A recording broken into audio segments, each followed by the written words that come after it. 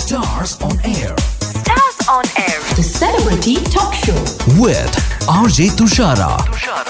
Radio Malayalam 98.6 ഇത് stars on എയറിന്റെ ടൈമാണ്. കൂടെയുള്ളത് RJ തുഷാര. നമ്മുടെ കൂടെ ഇന്ന് ജോയിൻ ചെയ്തിരിക്കുന്ന സ്പെഷ്യൽ ആയിട്ടുള്ള guest, one of my personal favourite singers തന്നെയാണ് Job Kurian. Welcome to the show. എന്തൊക്കെയുണ്ട് വിശേഷം? സുഖമായിട്ടിരിക്കുന്നോ? നല്ല വിശേഷങ്ങൾ. ജോബ് കുര്യൻ എന്ന ഒരു മ്യൂസീഷ്യന് ഒരു രണ്ട് വേൾഡിലാണ് എക്സിസ്റ്റ് ചെയ്യുന്നത്. ഒന്ന് is your independent music, one is your play back singing. ഒരെണ്ണത്തില് it kind of demands you ഒരു ക്യാരക്ടറിലേക്ക് ഡിസപ്പിയർ ചെയ്യാനായിട്ട് ഡിമാൻഡ് ചെയ്യുന്നുണ്ടെങ്കിൽ മറ്റത് താങ്കളെ തന്നെ റിവീൽ ചെയ്യാനാണ് കൂടുതലും ഡിമാൻഡ് ചെയ്യുന്നത്.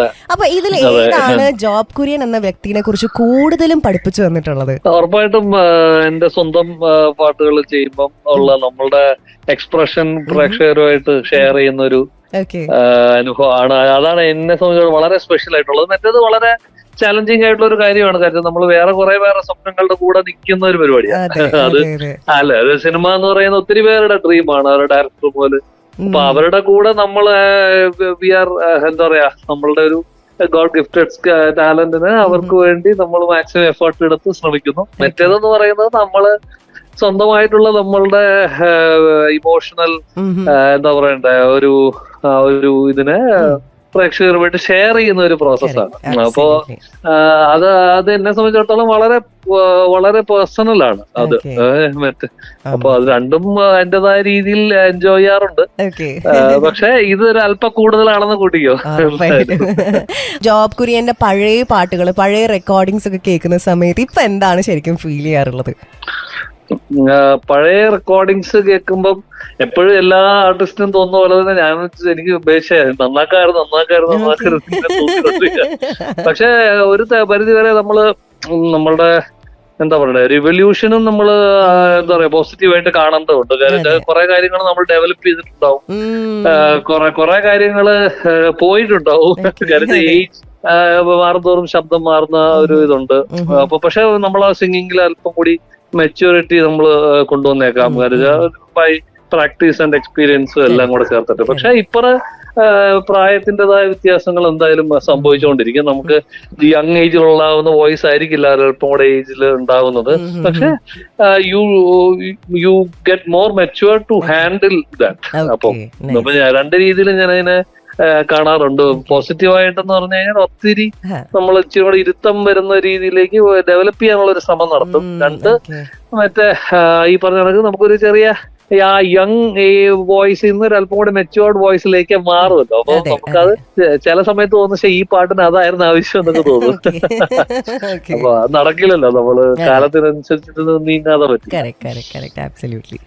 പേഴ്സണലി ജോബ് കുര്യൻ എന്ന മ്യൂസീഷ്യന്റെ ലൈഫിലെ ഒരു ടേണിംഗ് പോയിന്റ് എന്ന് വിശേഷിപ്പിക്കുന്ന ഒരു സോങ് ഏതായിരിക്കും? ടേണിംഗ് പോയിന്റ് ഇപ്പം ഇൻഡിപെൻഡന്റില് വേറെയും പ്ലേ ബാക്കിൽ ഓഫ് കോഴ്സ് ആരാണ് ഉറുമിലെ ആരാണായിരിക്കും. അതാണ് എനിക്ക് തോന്നുന്നു ഏറ്റവും കൂടുതൽ പ്രേക്ഷകരുടെ ശബ്ദം തിരിച്ചറിഞ്ഞ ഒരു പാട്ട്. അത് വലിയൊരു സിനിമയുടെ ഭാഗത്തിൽ വരികയും അത് പാട്ടും വളരെയധികം ശ്രദ്ധിക്കപ്പെടുകയും ചെയ്തല്ലോ. അപ്പൊ അത് എനിക്കൊരു വലിയൊരു ടേണിംഗ് പോയിന്റ് തന്നെയാണ്. നമ്മൾ ഒട്ടും പ്രതീക്ഷിക്കാതെ വന്ന പാട്ട്, പ്രതീക്ഷിക്കാതെ ഒത്തിരി പ്രേക്ഷകരിലേക്ക് എത്തിയ പാട്ട്. അപ്പൊ ഇൻഡിപെൻഡൻസ് ഡ്രീമിൽ നോക്കിയാൽ ഓഫ് കോഴ്സ് പദയാത്ര ആയിരിക്കും ഏറ്റവും വലിയ ടേണിംഗ് പോയിന്റ് എന്ന് തോന്നുന്നത്. ഉറപ്പായിട്ട് താളം ആൽബം ശ്രദ്ധിക്കപ്പെട്ടെങ്കിലും പദയാത്രക്ക് കിട്ടിയ ഒരു ജനകീയത, അത് ഇന്നും ഞാൻ അതിന്റെ സ്നേഹം അനുഭവിച്ചുകൊണ്ടിരിക്കുന്ന ആളാണ്. സത്യം. ലൈക്ക് എനിക്ക് തോന്നുന്ന എല്ലാവരുടെയും പ്ലേലിസ്റ്റിൽ ഇപ്പോഴും ടോപ്പിലുള്ള ഒരു സോങ് തന്നെയായിരിക്കും പദയാത്ര. നമ്മൾ ട്രാവൽ ചെയ്യുകയാണെങ്കിലും, നമ്മൾ സാഡ് മൂഡിലാണെങ്കിലും ഹാപ്പി മൂഡിലാണെങ്കിലും ഒക്കെ കേൾക്കുന്ന ഒരു പാട്ടാണ് കേട്ടോ. അതൊരു ഒരുമാതിരി ആൾക്കാരെ ഒരു ഇമോഷണൽ എന്താ പറയണ്ട ഒരു സൈഡിലേക്ക് അതിനെ എത്താൻ പറ്റി അതൊരു ദൈവാനുഗ്രഹമായിട്ട് കാണുന്നു. നിങ്ങളുടെ കോമ്പിനേഷനും സോ ബ്യൂട്ടിഫുൾ. രണ്ടുപേരും പാടുമ്പോ ഇങ്ങനെ ഫുൾ റൊമാൻറ്റിഫിക്കേഷൻ സീൻസ് ആയിരുന്നു നമുക്ക്. അല്ല, ഉറപ്പായിട്ടും നമ്മള് പാട്ട് ക്രിയേറ്റ് ചെയ്യുന്ന സമയത്ത് തന്നെ ഹരീഷ് ആയിരുന്നു എന്റെ മനസ്സിലുണ്ടായിരുന്നത്. അപ്പൊ പിന്നെ അത് ആദ്യമേ പുള്ളിയെ കേൾപ്പിച്ചപ്പോ പുള്ളിക്ക് പാട്ട് ഭയങ്കരമായിട്ട് കണക്ട് ചെയ്തു. പിന്നെ ഇതൊരു എല്ലാവരുടെയും കൂടെ ഒരു മാജിക്കൽ ഡേ ആണ്. അതൊരു ആ കാണുന്ന വീഡിയോയിൽ കാണുന്ന കലാകാരന്മാരും എല്ലാവരും ചേർന്നിട്ടൊരു beautiful day of brotherhood and love. And അത് അതിന്റെ ഒരു റിസൾട്ടാണ്. അത് അത്രയും പേരുടെ ഒരു സ്നേഹത്തിന്റെ ഫലമായിട്ടാണ് ഞാൻ ഇതിനെ കാണുന്നത്. എനിക്കൊന്ന് പലർക്കും ഉള്ളൊരു ചോദ്യം, അതുപോലത്തെ ഒരു അടുത്ത കൊളാബറേഷൻ ഉണ്ടാവും, ഒരു പാർട്ട് 2 ഉണ്ടാവുമോ പദയാത്രയുടെ? ആക്ച്വലി ഞാൻ ജോബ് കുര്യൻസ് 10 എന്ന് പറഞ്ഞിട്ട് ഇപ്പൊ ഒരു പ്രോജക്ട് ചെയ്തിട്ടുണ്ട്. 10 പാട്ടുകളുടെ ഒരു ബയോ ഡോക്യുമെന്റ് അങ്ങനത്തെ ഒരു പ്രോജക്ട് ഇപ്പൊ ചെയ്യുന്നുണ്ട്. അത് നവംബർ ഡിസംബറിലൊക്കെ ഇറങ്ങുമായിരിക്കും. 10 പാട്ടുകളാണ് ഉള്ളത്. അതിന്റെ അകത്ത് ഒരു പാട്ട് ഹരീഷ് വരുന്നുണ്ട്. അപ്പൊ അത് പദയാത്ര 2 ഒന്നും ആയിരിക്കില്ല, അങ്ങനത്തെ പ്രതീക്ഷകളല്ല. വേറെ ടോട്ടലി പദയാത്ര ഓരോരോ പാട്ടിന് ഒരിക്കലേ ഉണ്ടാവുള്ളൂ, അത് സംഭവിക്കുള്ളൂ.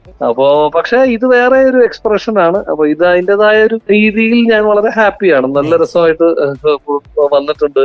അപ്പൊ ഞാൻ I am looking forward to present it to the audience. Great. We are also looking forward. We are very excited now. Thank you.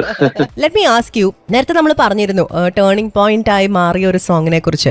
ഇതേപോലെ തന്നെ it's very difficult to choose one song, but ഭയങ്കര soothing ആയിട്ടുള്ള മറ്റൊരു song will definitely be Manikyachirakukal. ആ song ഈ പറഞ്ഞ ഒരു travel song ആണ്, ഒരു എന്താ പറയുക, ഒരു കംഫർട്ട് ആണ്. ലൈക്ക് ഒരു നമ്മൾ സാഡ് ആയിട്ടിരിക്കുമ്പോൾ നമുക്ക് ഒരാൾ വന്ന് ഒരു ഹഗ് തന്നു കഴിഞ്ഞാലുള്ള ഫീൽ ഉണ്ടല്ലോ, ആ പാട്ട് കേൾക്കുമ്പോൾ അതേപോലത്തെ ഫീലാണ്. അപ്പൊ ഈ ഒരു പാട്ട് റെക്കോർഡ് ചെയ്യുന്ന സമയത്തുള്ള എന്തെങ്കിലും ഇൻട്രസ്റ്റിംഗ് ആയിട്ടുള്ള കഥകളുണ്ടോ? ഉറപ്പായിട്ടും വിജയേട്ടന്റെ മാസ്റ്റർ പീസ് ആണ് ആ പാട്ട്. ഫസ്റ്റ് ഓഫ് ഓൾ അതാണ്, അതുകൊണ്ടാണ് അവരുടെ കോമ്പിനേഷൻ, റഫീഖ് അഹമ്മദ് സാറും വിജയേട്ടനും ആഷിഖേട്ടന്റെ ഒക്കെ അവരുടെ കോമ്പിനേഷന്റെ ബ്യൂട്ടിയാണ് ഫസ്റ്റ് ഓഫ് ഓൾ ആ പാട്ട്. അപ്പൊ അത് എന്നെ പാടാൻ വിളിക്കുമ്പോ ഞാനത് കേൾക്കുമ്പോ ഞാൻ പറഞ്ഞു, ചേട്ടാ ഇത് അടിപൊളി പാട്ടാണ്, വേറെ എല്ലാ ആൾക്കാരെ കൊണ്ട് പാടിച്ചപ്പോ. അപ്പൊ ഞാനെപ്പോഴും എല്ലാത്തിനും മുങ്ങി പോകുന്ന ഒരാളാണ് ബേസിക്കലി. പക്ഷെ ഉറപ്പായിട്ട് എനിക്ക് പാട്ട് ഭയങ്കരമായിട്ട് ഇഷ്ടപ്പെട്ടിരുന്നു. അപ്പൊ തന്നെ ചേട്ടൻ പറഞ്ഞ് നിങ്ങൾ പാടിയാ മതി എന്നും പറഞ്ഞ് എന്നെ അങ്ങ് വിളിച്ചു. അപ്പൊ ഞാനിങ്ങനെ ശരിയാവോ എന്നൊക്കെ ചോദിച്ചിട്ട് വിചാരിച്ചിട്ടാണ് ചെന്നത്. അപ്പോഴേക്കും പുള്ളിക്ക് വേണ്ടുന്ന കൃത്യമായ ഐഡിയ പുള്ളിക്ക് ഉള്ളതുകൊണ്ട് 45 മിനിറ്റ് തന്നെ പാടി തീർത്ത് പോകുന്നു. ആക്ച്വലി പെട്ടെന്ന് തീർന്നു. കാര്യം വെച്ചാൽ എനിക്ക് നേരത്തെ പാട്ട് അയച്ചു തന്നപ്പോ ഞാൻ പഠിച്ചൊക്കെ ചെന്നത്. അപ്പൊ he was ready to take the best out of me. അതിന്റെ അത് പിന്നെ എനിക്ക് ഇച്ചിരി നന്നാക്കിയാൽ കൊള്ളാന്നുണ്ട്. വിജയേട്ടൻ പറഞ്ഞ അതൊന്നും കുഴപ്പമില്ല, എനിക്ക് വേണ്ടത് കിട്ടിയിട്ടുണ്ട്, വിട്ടോളാം. അപ്പൊ പിന്നെ പുള്ളി may be as A composer പുള്ളി ആ പാട്ടിന്റെ ജെനുവിൻ ആയിട്ടുള്ള ഒരു അപ്രോച്ച് ആയിരിക്കും ആഗ്രഹിച്ചിട്ടുണ്ടാവും. അത് കഴിഞ്ഞിട്ടുള്ള ഒരു ടെക്നിക്കൽ പെർഫെക്ഷനേക്കാളും കൂടുതൽ ചിലപ്പോൾ അതിന്റെ ഒരു സോൾ ആയിരിക്കും പുള്ളിക്ക് ആവശ്യം ഉണ്ടായിരുന്നു. അപ്പം പുള്ളി അത് അപ്പൊ ഒരു വരി ഇങ്ങനെ ചെയ്യുമ്പോ തന്നെ പുള്ളി ഇതൊക്കെ ആണെന്ന് പുള്ളിക്ക് ഫീൽ ചെയ്തത് ചിലപ്പോ നമ്മൾ ആദ്യം പാടുമ്പോ അതിന്റെ ഒരു ആ സ്നേഹം വളരെ കൂടുതലായിരിക്കും പാട്ടിനോട്. ആദ്യത്തെ ഒരു 5-6 പ്രാവശ്യം പാടി കഴിയുമ്പോഴേക്കും ചിലപ്പോ അതിന്റെ ഒരു ജെനുവിനിറ്റി ചിലപ്പോൾ നഷ്ടപ്പെടാതെ നമ്മൾ കൂടുതൽ ടെക്നിക്കലായി ചിന്തിച്ചു തുടങ്ങും, ഇത് ശരിയാവില്ല. മറ്റേത് ഇച്ചിരി ഇമോട്ടീവ് ആയിരിക്കും. അപ്പൊ പുള്ളി അത് കൃത്യമായിട്ട് അതിനെ പിക്ക് ചെയ്തെന്ന് തന്നെയാണ് എനിക്ക് തോന്നുന്നത്.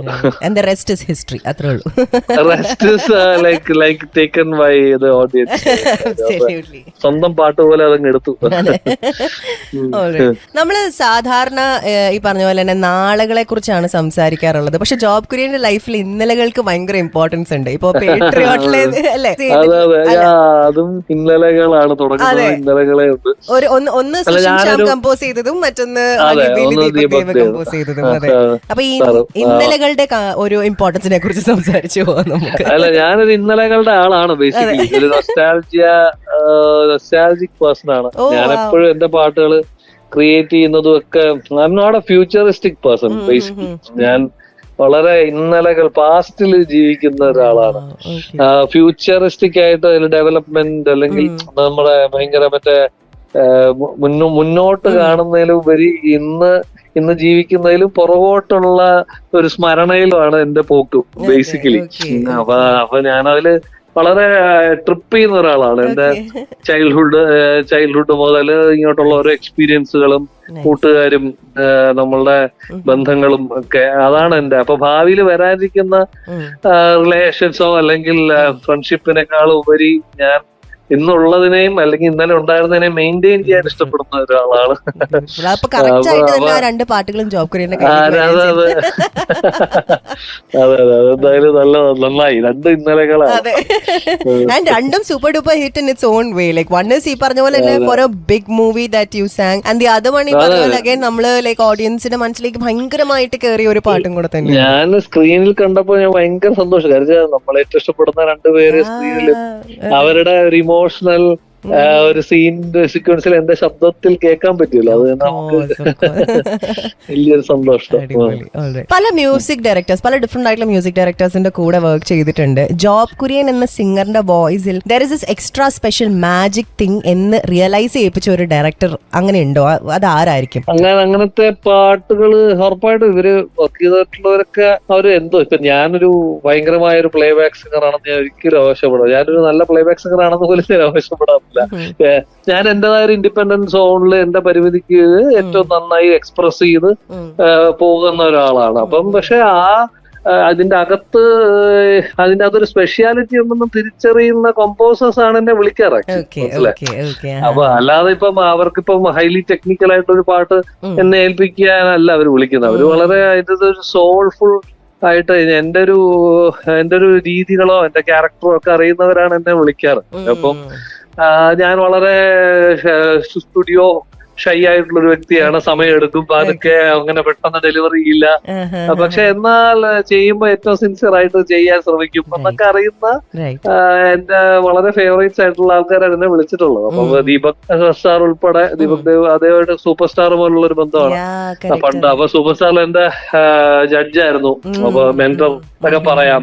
അപ്പൊ പുള്ളിക്ക് എന്റെ എല്ലാ രീതിയിലുള്ള എന്റെ പോസിബിലിറ്റീസും ലിമിറ്റേഷൻസും അറിയാം. അപ്പം പുള്ളിയെ കൃത്യമായിട്ട് വിളിച്ചിട്ടുണ്ട്. ഉറപ്പായിട്ടും റെക്സാട്ടനാണ് ഞങ്ങൾ പണ്ട് പോലെ 20 മുകളിൽ വർഷത്തെ ഫ്രണ്ട്ഷിപ്പാണ്. അപ്പൊ പുള്ളിക്ക് അപ്പൊ അതിനകത്ത് താനെ പൂക്കുമായാലും മെല്ലെ കൊല്ലും, അപ്പൊ അങ്ങനെ ഞാൻ പുള്ളിക്ക് പാടിയ 3-4 പാട്ടുകൾ വളരെ സ്പെഷ്യലാണ് എനിക്ക്. അപ്പൊ പുള്ളി എന്നെ കറക്റ്റ് ആയിട്ട് പിക്ക് ചെയ്തിട്ടുണ്ട്. ബിജി ഏട്ടൻ, ഗോപി ചില്ലറാന്തൽ വിളക്ക് എന്റെ വോയിസിന് വളരെ ആപ്റ്റ് ആയിട്ട് എനിക്ക് തോന്നാറുണ്ട്. അത് ആ പാട്ടിന് വളരെ നന്നായി ചേർന്നു ശബ്ദം തോന്നുന്നു. അപ്പൊ അവർക്ക് ആദ്യം അത് കിട്ടണമല്ലോ, അതിങ്ങനെ ചേരുന്നു എന്നുള്ളത്. അപ്പൊ I try to fit in to composers. അവരുടെ ഷാൻ, എല്ലാരും, MJ സാർ, എല്ലാവരോടും കുറെ പേരോട് വർക്ക് ചെയ്യാൻ പറ്റിയിട്ടുണ്ട് എല്ലാവരും. അപ്പൊ ഇവർക്കൊക്കെ എന്റെ 2 വശവും കൃത്യമായിട്ട് അറിയാവുന്നതുകൊണ്ടായിരിക്കാം നന്നായിട്ട് ഉപയോഗിക്കാൻ പറ്റിയത്. മനസ്സിലായോ? അപ്പൊ ഞാൻ I try to give my best. എനിക്ക് എന്റെ ബെസ്റ്റിന് ഒരു ലിമിറ്റ് ഉണ്ട്, പക്ഷെ അത് കൃത്യമായിട്ട് കൊടുക്കാനുള്ള ശ്രമം നടത്താറുണ്ട്. പിന്നെ എനിക്ക് പറ്റാത്ത പാട്ടുകളാണെങ്കിൽ ഞാൻ സ്ട്രൈറ്റ് അവേ പറ്റില്ല എന്ന് പറയാറുണ്ട്. അപ്പൊ കാര്യം അത് അവരെയും മെനക്കെടുത്തിക്കാൻ പാടില്ല. നമ്മളും നമുക്ക് പറ്റാത്തതും മെനക്കെടുത്തും കാര്യമില്ല. സമയവും വേസ്റ്റ്, രണ്ടുപേരുടെയും എനർജി. അപ്പം അതൊരു വളരെ നല്ല രീതിയിൽ അത് എടുക്കാറുണ്ട് പലരും എന്നെ വിളിക്കുമ്പോ. ഞാൻ പറയും, ചേട്ടാ ഇതെനിക്ക് ബുദ്ധിമുട്ടാണ്, എന്റെ ഒരു കംഫർട്ട് സോണിലല്ല, അല്ലെങ്കിൽ എനിക്ക് അതിനെ യോജിക്കാൻ പറ്റുന്നില്ല എന്ന് ഞാൻ പറയാറുണ്ട്. അതായത് നമ്മൾ പൂർണ്ണമായിട്ട് ഉൾക്കൊണ്ടൊരു പാട്ട് പാടിയാൽ മാത്രമേ അതിന്റെ റിസൾട്ട് അവർക്ക് കിട്ടുള്ളൂ. അപ്പൊ നമ്മളൊരു ഹാഫ് മൈൻഡഡ് ആയിട്ട് ജസ്റ്റ് ഫോർ മണി സേക്ക് പാടിക്കഴിഞ്ഞാല് അത് ഭയങ്കര ആർട്ടിഫിഷ്യൽ ആയിട്ട് കേൾക്കും. നമ്മളെ മനസ്സവിടെ ഉണ്ടാവത്തില്ലല്ലോ, അതാണ് സത്യം. അപ്പൊ മറ്റേത് പറഞ്ഞാൽ ഫുൾ ഹാർട്ടായിട്ട് നമ്മൾ ശ്രമിക്കുമ്പോൾ അതിന്റെ റിസൾട്ടും അതുപോലെ ആയിരിക്കും. അപ്പൊ ഞാൻ I look upon body call quality than quantity എന്നാണ് എനിക്ക് എപ്പോഴും തോന്നുന്നത്. എന്ന് വെച്ചാൽ ഞാൻ അങ്ങനെയല്ല, ഞാൻ പറഞ്ഞ നമ്പർ ഓഫ് സോങ്സ് പാടുന്നതിലുപരി പാടുന്ന പാട്ടുകൾ നല്ല പാട്ടുകളായാലും എനിക്ക് പറ്റുന്ന പാട്ടുകളായാലും അതിനൊരു ജെന്യൂനിറ്റി പ്രേക്ഷകന് ഫീൽ ചെയ്യുമെന്ന് എനിക്ക് എപ്പോഴും തോന്നാറില്ല. അല്ലെ, നമ്മൾ ഒത്തിരി വാരി വലിച്ച് തിന്നുന്നതിലും നല്ലത് നല്ല രുചികരമായി കുറച്ച് കഴിക്കുന്നതാണ്. അല്ല, ഉറപ്പായിട്ടോ, ഞാനത് എല്ലാ രീതിയിലും അങ്ങനെ തന്നെയാണ് ചിന്തിക്കാറുള്ളത്. നമുക്കിപ്പോ ജീവിത സാഹചര്യമായാലും പണത്തിന് മേലിൽ ക്വാളിറ്റി ഓഫ് ലൈഫിന് പ്രയോറിറ്റി ഉണ്ട്. അപ്പൊ plus of course money is required. പൈസ വേണ്ടെന്നല്ല, പക്ഷെ എന്നാലും ഒത്തിരി ഇല്ലെങ്കിലും കുഴപ്പമില്ല. സമാധാനം മുഖ്യം. ഉള്ളത് വെച്ച് നമ്മൾ അങ്ങ് പോകും. സമാധാനം മുഖ്യം. ഒരാളോട് ഒരു സിറ്റുവേഷൻ ആണ്, ഒരാളോട് ജോബ് കുര്യനെ അറിയാൻ വേണ്ടിട്ട് അല്ലെങ്കിൽ ജോബ് കുര്യനെ മനസ്സിലാക്കാനായിട്ട് ഈ 3 പാട്ട് കേട്ടാൽ മതി എന്ന് പറയുകയാണെന്നുണ്ടെങ്കിൽ ഏത് 3 പാട്ടുകളായിരിക്കും ചൂസ് ചെയ്യുന്നുണ്ടാവുക? അയ്യോ, എനിക്കറിയില്ല, അത് പ്രേക്ഷകന്റെ ചോയ്സ് അല്ലേ. ഇപ്പൊ എനിക്ക് തോന്നുന്നു എല്ലാവരും അവരവരുടെ ഓരോ മൂഡിലാണ് നമ്മുടെ ഓരോ പാട്ടുകളോട്ട് അടുക്കുന്നത്. നമ്മളുടെ കയ്യിലല്ല. നമ്മളുടെ പല ഇമോഷണൽ ആസ്പെക്റ്റിൽ നമ്മൾ പാട്ടുകൾ നമ്മൾ ഇറക്കുന്നു. നമ്മളത് നമ്മളുടെ ഒരു വെന്റ് ഔട്ടാണ്. നമ്മൾ കൊടുക്കുകയാണ്. അപ്പോ അത് അവര് ആ പെർട്ടിക്കുലർ സാഹചര്യത്തിലായിരിക്കും ആ പാട്ടുമായിട്ട് അറ്റാച്ച്ഡ് ആവുന്നത്. നമ്മളത് എപ്പോഴാണെന്ന് ഒരിക്കലും പറയാൻ പറ്റില്ല. മനസ്സിലായോ? എല്ലാരും ഒരേപോലെ ഒരു പാട്ട് ഒരേ സമയത്ത് ഇഷ്ടപ്പെട്ടുകൊള്ളണമെന്നും നമുക്ക് പറയാൻ പറ്റില്ലല്ലോ. മനസ്സിലായി? ഇപ്പൊ ഞാൻ മനസ്സിലാക്കിയപ്പോ എന്റെ താരാട്ട് എന്ന് പറഞ്ഞൊരു പാട്ടുണ്ട്. താരാട്ട്, ആ പാട്ട് ചിലപ്പം ഒരു കുഞ്ഞുണ്ടായിരിക്കുന്ന ഒരു അമ്മയ്ക്കോ അച്ഛനോ അല്ലെങ്കിൽ ആയിരിക്കും അവർക്ക് ഭയങ്കര റിലേറ്റ് ചെയ്യാൻ പറ്റുന്നത്. അപ്പൊ അവരങ്ങനെ ആ പാട്ടുമായിട്ട് അറ്റാച്ച്ഡ് ആവുന്നു. നേരെ മറിച്ച് വളരെ ഒരു പ്രണയത്തിലുള്ള ഒരാൾക്ക് ചിലപ്പോ കണ്ണോട് കണ്ണായിടമായിരിക്കും ചിലപ്പോ പെട്ടെന്ന്. അപ്പൊ അവർക്ക് ആ സമയത്ത് പോയിന്റ് ഓഫ് എന്താ liking A song is very personal. ഓരോരുത്തരുടെ ഇപ്പൊ ഒരാളെ യാത്ര ഒരു ഇച്ചിരി ഡൗൺ ഒക്കെ ആയിട്ട് ഒരു യാത്ര പോകുമ്പോഴായിരിക്കും പദയാത്ര കേൾക്കുന്നത്. അപ്പോഴായിരിക്കും അവർക്കൊരു ചിലപ്പോ ഒരു ചാർജ് ഉണ്ടാവുക. അല്ലെങ്കിൽ അങ്ങനെ പല പല സാഹചര്യങ്ങളാണല്ലോ ഒരു പാട്ടിലോട്ട് അടുപ്പിക്കുന്നത്. അപ്പൊ നമുക്ക് അതിൽ കൂടുതൽ അവകാശപ്പെടാനേ പാടില്ല എന്നുള്ള ആഗ്രഹമാണ്. അതാണ് എന്റെ policy. I just try to give my best to the audience. അവർക്ക് എന്റെ ഏറ്റവും ബെസ്റ്റ് ഫീലിങ്സ് നല്ല രീതിയിൽ പാട്ടാക്കി നല്ല പൊതിഞ്ഞ് പ്രേക്ഷകന് കൊടുക്കുക എന്നുള്ളതാണ് ഏറ്റവും വലിയ സന്തോഷം. അത് കഴിഞ്ഞിട്ട് അവര് എടുക്കുന്നത് അവരുടെ സ്വാതന്ത്ര്യമാണ്. ഞാൻ പറയുന്നത് ചില പാട്ടുകൾ ഇപ്പൊ കണ്ണോട് കണ്ണായുടെ 10 കൊല്ലം കഴിഞ്ഞിട്ടാണ് അത് ആൾക്കാർ അപ്രിഷിയേറ്റ് ചെയ്തത്. അപ്പൊ ഞാൻ എന്ന് പറഞ്ഞ് ഞാൻ ഈ 10 കൊല്ലം കരഞ്ഞ് അവര് സ്വീകരിച്ചില്ല എന്ന് പറഞ്ഞ് ഇരുന്നില്ല. മനസ്സിലാക്കുക, അത് അവരുടെ സ്വാതന്ത്ര്യമാണെന്ന് എനിക്ക് വ്യക്തമായിട്ട് അറിയുന്നതുകൊണ്ടാണ്. അത് നമ്മള് പാട്ട് ചെയ്തത് ചിലപ്പോ അവരിലേക്ക് എത്തിക്കാണില്ല. അതിനൊരു സമയം ഉണ്ടെങ്കിൽ അതിന് വിധി ഉണ്ടെങ്കിൽ അത് എത്തട്ടെ എന്നുള്ളതാണ്. അപ്പൊ അതിന്ന് സാഹചര്യം സോഷ്യൽ മീഡിയ ഉള്ളതുകൊണ്ട് വളരെ നന്നായി എന്തായാലും പാട്ടുകള് തിരിച്ചു വരാനൊക്കെ ഉള്ളൊരു സാഹചര്യം. സത്യമാണ്. എനിക്ക് തോന്നുന്നു ഈ ഇടയ്ക്കും കൂടെ എനിക്ക് തോന്നുന്നു ജോബ് കുര്യനും ആതിര കൂടെ പാടിയിട്ടുള്ള ആ പാട്ട് വരെ റീസെന്റ് അല്ലേ അത് വീണ്ടും സോഷ്യൽ മീഡിയയിലേക്ക് ഇറങ്ങി വരുന്നു. നിങ്ങൾ രണ്ടുപേരും കൂടെ. അതെ അതൊക്കെ ഞാൻ പറഞ്ഞു. അത് സോഷ്യൽ മീഡിയയുടെ ഒരു പവറാണ്. Power of media social media ആണ് എസ്പെഷ്യലി. കാരണം ഒരാള് പണ്ടത്തെ ഒരു വീഡിയോ എടുക്കുന്നു, അവർക്ക് ഇഷ്ടപ്പെടുന്നു, അവര് ഷെയർ ചെയ്യുന്നു, അത് പെട്ടെന്ന് അടുത്തൊരാൾ കാണുന്നു, പെട്ടെന്ന് സ്പ്രെഡ് ചെയ്യാണ് ചെയ്യുന്നത്. അത് ഇന്നവേ ഒരു പ്യുവർ ആർട്ട് ഒരു ആർട്ടിസ്റ്റ് ഒരു അറ്റംപ്റ്റ് ഇട്ട് കഴിഞ്ഞാൽ അത് എന്നെങ്കിലും അത് ഫലം കാണും എന്നുള്ളതിനൊരു ശക്തി കൂട്ടുന്ന കാര്യമാണ് സോഷ്യൽ മീഡിയ. പണ്ടത്തെ ഒക്കെ ഇപ്പൊ തന്നെ പത്മരാജൻ സാറിന്റെ ഒക്കെ സിനിമകൾ നമ്മൾ കാണുന്നു. ഞാനിപ്പോ എല്ലായിടത്തും പറയാറുണ്ട്, സാറിന്റെ സിനിമകളോ സാറിനെയോ ആ സമയത്ത് സെലിബ്രേറ്റ് ചെയ്ത് പോരായിരുന്നു. ഇപ്പൊ പുള്ളിയുടെ ഒരു ഇപ്പോഴാണ് പുള്ളി വേറെ ഒരു തലത്തിലാണ് ആൾക്കാർ പുള്ളിയെ കാണുന്നത്. അപ്പൊ അതാണ് പ്യുവർ ആർട്ട്. പുള്ളിയുടെ അറ്റംപ്റ്റ് ഒരിക്കലും വേസ്റ്റഡ് ആയിട്ടില്ല. നമുക്കൊക്കെ ട്രഷേഴ്സ് ആയിട്ട് ഇന്നും നമ്മൾ കാണുമല്ലേ സിനിമ. അപ്പൊ അതുപോലെ എന്റെ ഒരു അറ്റംപ്റ്റ് അങ്ങനെയാണ്. ഇട്ട് നോക്കുക, സാറ് എന്റെ ഒരു വലിയൊരു ഇൻസ്പിറേഷൻ ആണ്. പുള്ളിയുടെ ഒരു ആറ്റിറ്റ്യൂഡും അപ്രോച്ചും ആണ്. നമ്മള് ആർട്ടിസ്റ്റിക്കലി ഒന്നും അല്ലായിരിക്കാം, പക്ഷെ പുള്ളി എടുത്തൊരു ചോയ്സ് ഉണ്ട്. നല്ല പുള്ളിയുടെ ഏറ്റവും ബെസ്റ്റ് കൊടുക്കുക, ബാക്കി റിസൾട്ട് നോക്കാതെ അപ്രോച്ച് ചെയ്യുന്ന ഒരു സംഭവം. ഇനി ഒരു ചെറിയ റാപ്പിഡ് ഫയർ റൗണ്ടും കൂടി ഉണ്ട്. ഓക്കെ ആണോ? റാപ്പിഡിനൊന്നും പറ്റിയ ആളല്ല ഞാൻ. നമുക്ക് സ്ലോ ആയിട്ട് പോവാം, കുഴപ്പമില്ല. സ്റ്റേജിൽ പെർഫോം ചെയ്യാൻ കയറുന്നതിന് മുമ്പുള്ള എന്തെങ്കിലും ക്രിയേറ്റീവ് റുട്ടീൻസ് ഉണ്ടോ that you follow? Creative routines എന്ന് പറയുന്നത് കൂടെ ഉള്ളവരോട് എല്ലാം വെറുപ്പിക്കും. അവരോട് എന്റെ ടെൻഷൻ പറഞ്ഞ് എല്ലാരും വെറുപ്പിക്കും. ഞാൻ പറയും, ഇന്ന് ശബ്ദം ശരിയല്ലല്ലോ ദൈവം, ഇന്ന് ശരിയാവോ, സൗണ്ട് ശരിയാവോ, എല്ലാത്തിനെ കുറിച്ച് ഭയങ്കര ആവലാതിയാണ്. അപ്പൊ നമ്മള് ബാൻഡ്മേറ്റ്സും വൈഫിനെ മാനേജ് ചെയ്യുന്നത്. അപ്പൊ ഞാനിങ്ങനെ പറയും, ഇന്ന് എന്തോ വോയിസിന് ഒരു പ്രശ്നമുണ്ട്, അല്ലെങ്കിൽ ഇതൊന്നും ഒരു റെഡി ആവുന്നില്ലല്ലോ എന്നൊക്കെ പറഞ്ഞ് ഫുള്ള് നമ്മൾ തന്നെ ഒരു സീൻ ക്രിയേറ്റ് ചെയ്യണം. അതൊരു റിച്വൽ ആണ്, ഒരു ബാഡ് റിച്വൽ. പിന്നെ എല്ലാരും അത് യൂസ്ഡ് ആയിട്ട് എല്ലാവർക്കും അറിയാം. പക്ഷെ സ്റ്റേജിൽ കേറുന്ന സെക്കൻഡിൽ അത് ഞാനൊരു വേറെ ഒരു മോഡിലോട്ട് മാറാൻ പറ്റാറുണ്ട്. അത് എന്തോ ഒരു നമുക്കൊരു പ്രേക്ഷകനുമായിട്ടുള്ളൊരു ഒരു ബന്ധം, ഒരു അടുപ്പം, അല്ലെങ്കിൽ ഒരു കെമിസ്ട്രി, അവരുടെ സൈഡിൽ നിന്ന് കിട്ടുന്ന ഒരു റെസ്പോൺസ്. പിന്നെ ഓഫ് കോഴ്സ് നമ്മൾ ഏറ്റവും ഇഷ്ടപ്പെടുന്നത് പെർഫോം ചെയ്യാനാണ്. അപ്പൊ ആ ഒരു സ്റ്റേജിനോടുള്ള ഒരു അടുപ്പമൊക്കെ വരുമ്പോഴേക്കും എങ്ങനെയൊക്കെ രക്ഷപ്പെട്ടു പോകുന്നുണ്ട്. മറ്റേത് അതുവരെ ഇങ്ങനെ നക്ഷത്രം കൊണ്ടിരിക്കും ടെൻഷൻ അടിച്ച്. ഓവർ നൈറ്റ് ഒരു ഇൻസ്ട്രുമെന്റ് മാസ്റ്റർ ചെയ്യാനുള്ള ഒരു ചാൻസ് കിട്ടുകയാണെന്നുണ്ടെങ്കിൽ ഏത് ഇൻസ്ട്രുമെന്റ് ആയിരിക്കും തിരഞ്ഞെടുക്കുന്നത്? I would go for piano. Oh, nice. Okay, all right. ഒരു musician അല്ലായിരുന്നെങ്കിൽ what would you be doing today? Maybe ഞാനൊരു മാന്യമായൊരു സ്പോർട്സ്മാൻ ആയേനെ. ഷട്ടിലർ ആയിരുന്നു. ഞാനൊരു അത്യാവശ്യം മാന്യ ബാഡ്മിന്റൺ കളിച്ചിരുന്ന ആളാണ്. അതിന്റെ ക്ഷീണം ഇപ്പൊ ഉണ്ട്, കാലൊക്കെ ഫുൾ പരിക്കായിട്ട് ഇപ്പൊ നടപ്പുണ്ട്. അയ്യോ. പക്ഷെ ഞാനൊരു മാന്യമായൊരു സ്പോർട്സ്മാൻ ആയനെന്ന് എനിക്ക് തോന്നാറുണ്ട്.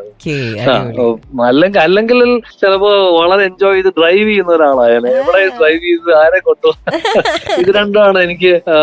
മ്യൂസിക് അല്ലെങ്കിൽ എന്റെ ഏറ്റവും ഫേവറേറ്റ് കാര്യങ്ങൾ. ഒന്ന് വണ്ടി ഓടിക്കുക, രണ്ട് സ്പോർട്സ് ആണ്. ഇന്റർവ്യൂസിൽ കേട്ട് മടുത്ത ഒരു ചോദ്യം ഉണ്ടോ? ഇല്ല, അത് ഓരോ ഇന്റർവ്യൂ അങ്ങനെ ഒരു മടുപ്പ് എനിക്ക് ഇതുവരെ തോന്നിയിട്ടില്ല സത്യം പറഞ്ഞാൽ. അല്ല, അങ്ങനെ മടുക്കേണ്ട കാര്യമില്ലല്ലോ.